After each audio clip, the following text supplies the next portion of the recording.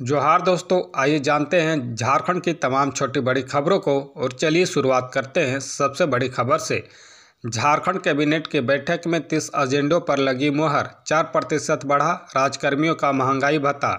जी हाँ, बता दें, झारखंड से बड़ी खबर है कि राज्य सरकार में सरकारी कर्मियों का 4% महंगाई भत्ता बढ़ा दिया है। मुख्यमंत्री चंपा सोरेन की अध्यक्षता में मंगलवार को कैबिनेट में बैठक हुई, जिसमें 30 एजेंडों पर मुहर लगाई गई। चंपा सोरेन की सरकार ने राज्यकर्मियों के महंगाई भत्ते में 4% की बढ़ोतरी की है।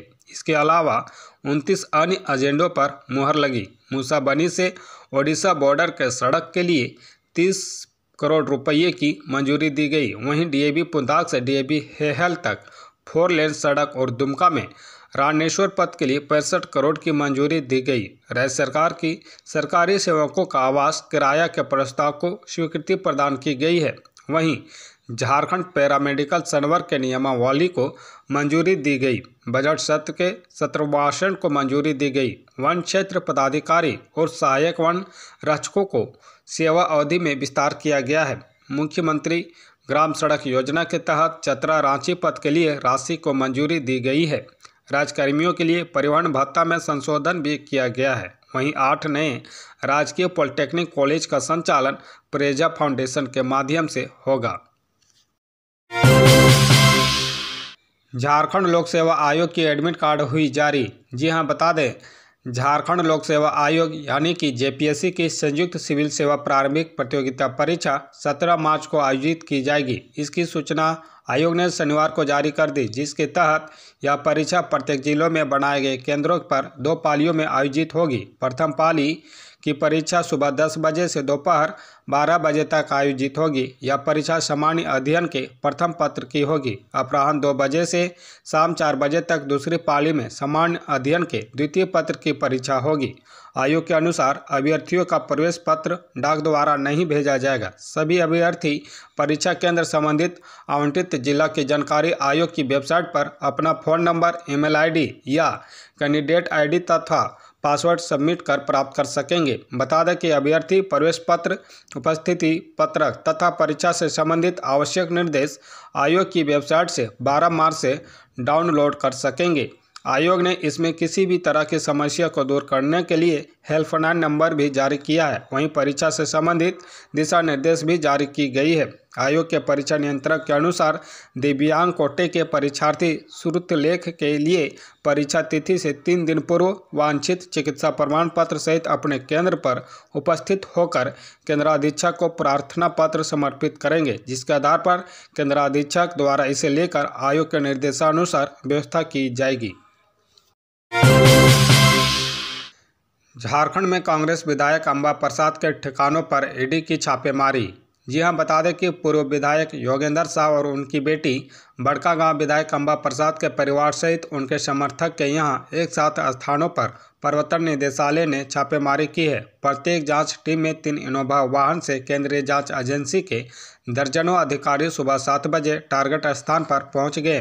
केंद्रीय जाँच एजेंसी के अधिकारी हुड़हुड़ू रोड स्थित योगेंद्र साव के आवास पर सुबह 7 बजे धावा बोला। घर के बाहरी इनोवा गाड़ी खड़ी है। साथ में सुरक्षा के लिए सीआरपीएफ के जवान मौजूद थे, जो गेट पर तैनात हैं। उनके घर में प्रवेश करते ही मौजूद सदस्यों को एक जगह बिठाकर पूछताछ शुरू कर दी गई। बाहर से आने जाने पर रोक लगा दी गई है। जयप्रभा नगर स्थित उनके भाई धीरेन्द्र साव के आवास पर भी छापेमारी चल रही है। वहां भी घर के अंदर के सदस्यों से पूछताछ चल रही है। बालू और कोयला के कारोबार को लेकर दस्तावेजों की मांग की गई है। घर के परिवार के सभी सदस्यों को एक जगह बैठाकर जांच पड़ताल की जा रही है। उनके चचेरे भाई छोटू साव और अन्य परिवार वालों से पूछताछ चल रही है। सभी का मोबाइल सीज कर लिया गया है। आय के स्रोतों की पूछताछ की जा रही है। बैंक खाते सहित कारोबार से संबंधित दस्तावेजों की मांग की जा रही है। इंडिया गठबंधन के नेताओं को राष्ट्रपति से मिलने का समय नहीं मिलना दुर्भाग्यजनक। जेएमएम जी हाँ, बता दें कि जेएमएम के महासचिव विनोद पांडे ने कहा कि इंडिया गठबंधन के नेताओं को राष्ट्रपति से मिलने का समय नहीं मिलना राज्य के लोगों के लिए दुर्भाग्यजनक है। पांडे मंगलवार को हरमू स्थित पार्टी कार्यालय में संवाददाता सम्मेलन में बोल रहे थे। उन्होंने कहा कि 4 मार्च को जेएमएम द्वारा एक पत्र राष्ट्रपति भवन को भेजा गया था, जिसमें जेएमएम एवं गठबंधन दलों के नेताओं की ओर से राष्ट्रपति से मिलने का समय मांगा गया था, लेकिन राष्ट्रपति भवन द्वारा आई सूचना के अनुसार समय अभाव के कारण राष्ट्रपति मिलने में असमर्थ है। उन्होंने कहा कि यह बहुत ही दुर्भाग्यजनक है कि झारखंड के अस्मिता से जुड़े 3 मामलों आरक्षण का दायरा बढ़ाने, सरना धर्म कोड और 1932 खतियान आधारित स्थानीय एवं नियोजन नीति को लेकर इंडिया गठबंधन का एक प्रतिनिधिमंडल राष्ट्रपति से मिलना चाहता था, पर समय नहीं मिल पाया। झारखंड के राज्यपाल राधाकृष्णन बोले, भारत अनाथों का देश नहीं है, कोई भी आए और यहाँ बस जाए। जी हाँ, बता दें, झारखंड के राज्यपाल सीपी राधाकृष्णन ने कहा है कि भारत अनाथों का देश नहीं है कि कोई भी आए और यहाँ बस जाए। देश को सीए जैसे कानून इसलिए लाए गए हैं। राज्यपाल ने मंगलवार को पत्रकारों के सीए को लेकर पूछे गए सवाल पर यह टिप्पणी की। उन्होंने कहा कि भारत पहले से ही 140 करोड़ की आबादी वाला देश है, इसे ध्यान में रखकर जरूरी कदम उठाए जा रहे हैं। पत्रकारों ने जब उनसे सीए लागू करने की टाइमिंग पर पूछा तो उन्होंने कहा कि जब कोई भी कानून आता है तो सवाल तो उठते हैं, लेकिन इन सब से अलग हमें इसके पीछे का मकसद को भी समझना होगा। सीए को लागू करने का मकसद देश में अवैध तरीके से माइग्रेशन करके आने वाले लोगों को रोकना है। मंत्री सत्यानंद भोक्ता बोले, जून में 20,000 युवाओं को रोजगार से जोड़ेगी सरकार। जी हाँ, बता दें कि जून में 20,000 युवाओं को रोजगार से जोड़ा जाएगा। इसके लिए श्रम विभाग तैयारी कर रहा है। ये बातें श्रम नियोजन प्रशिक्षण एवं कौशल विकास विभाग के मंत्री सत्यानंद भोक्ता ने कही। वह रांची स्थित होटल रेडिएशन ब्लू में मंगलवार को प्रवासन सहायता केंद्र के उद्घाटन समारोह को संबोधित कर रहे थे। इस मौके पर मंत्री ने कहा कि चूंकि सुदूर गाँव और सुदूर क्षेत्रों में रहने वाले सभी युवाओं के लिए हालात ऐसे नहीं होते कि वे सभी जिला मुख्यालय पहुंचकर प्रशिक्षण ले सके। इसके लिए सरकार राज्य के सभी 264 प्रखंडों में प्रशिक्षण केंद्रों के जरिए युवाओं को प्रशिक्षण और रोजगार से जोड़ेगी। उन्होंने यह भी कहा कि सरकार बंद पड़े उद्योगों को भी शुरू करेगी। मंत्री सत्यानंद भोक्ता ने मुख्यमंत्री सारथी योजना के तहत 7 राज्यों में बनाए गए 8 प्रवासन सहायता केंद्रों का ऑनलाइन उद्घाटन किया। इन केंद्रों का संचालन झारखंड कौशल विकास विभाग मिशन सोसाइटी के अंतर्गत होगा। मंत्री ने कहा कि चूंकि लेह लद्दाख में भी झारखंड के बहुत से मजदूर जाते हैं, इसलिए वहां भी प्रवासन केंद्र खोला जाएगा। उन्होंने कहा कि राज्य में ज़्यादा उद्योग लगाए जाएंगे, साथ ही जो पहले के उद्योग हैं उनकी क्षमता बढ़ाई जाएगी। उन्होंने यह भी कहा कि जो कंपनियां झारखंड में उद्योग लगाना चाहती है उन्हें हर तरह की मदद की जाएगी। झारखंड में कोयला लीज क्षेत्र का दायरा अब 10 से बढ़ाकर 75 वर्ग किलोमीटर हुआ। जी हां, बता दें कि केंद्र सरकार झारखंड के लिए कोयला लीज क्षेत्र का दायरा बढ़ा दिया है। पहले किसी भी लीज धारकों को 10 वर्ग किलोमीटर तक ही खनन का अधिकार मिलता था, जो बढ़ाकर 75 वर्ग किलोमीटर अब कर दिया गया है।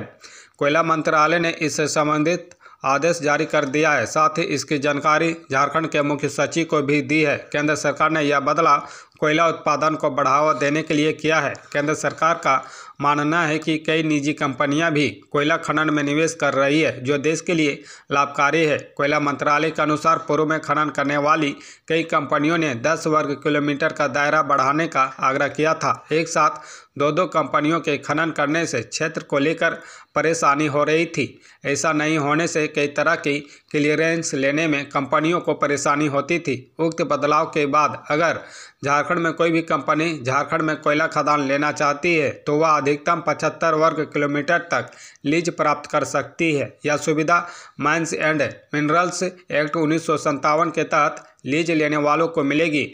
प्रोस्पेक्टिंग लीज का भी दायरा 75 वर्ग किलोमीटर हो गया है। भारत सरकार 2 तरह का लीज देती है। एक प्रोस्पेक्टिंग लीज होती है जिसका दायरा 25 वर्ग किलोमीटर होता है, इसमें खनन की संभावना देखी जाती है। वहीं दूसरी माइनिंग लीज होती है जिसका दायरा 10 वर्ग किलोमीटर निर्धारित था। केंद्र सरकार ने उक्त दोनों ही तरह के लीज का दायरा बढ़ाकर 75 वर्ग किलोमीटर कर दिया है।